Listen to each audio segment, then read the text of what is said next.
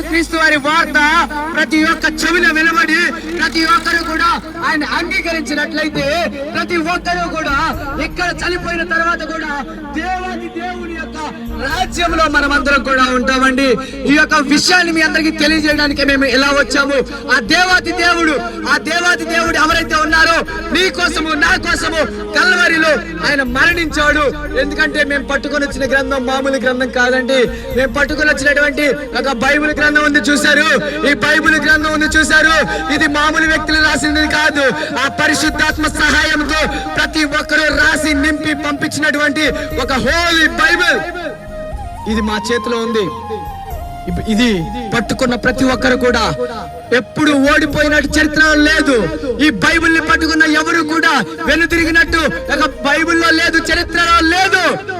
ఈ రోజు ఈ బైబిల్ ని మీకు ఇవ్వడానికి, మీకు పంచడానికి, మీకు పరిచయం చేయడానికి మేము మధ్యలోకి వచ్చాం. మీరు అంగీకరిస్తారా? యేసుక్రీస్తు ప్రభు వారు మన కోసం మరణించారు అన్న విషయాన్ని మీరు అందరూ అంగీకరిస్తారా? యేసుక్రీస్తు వారి రక్తం ద్వారా మన పాపాలు క్షమించబడుతున్నాయి. మనం చేసిన పాపానికి జీతము వచ్చేసరికి మరణానికి దారి తీస్తుందండి.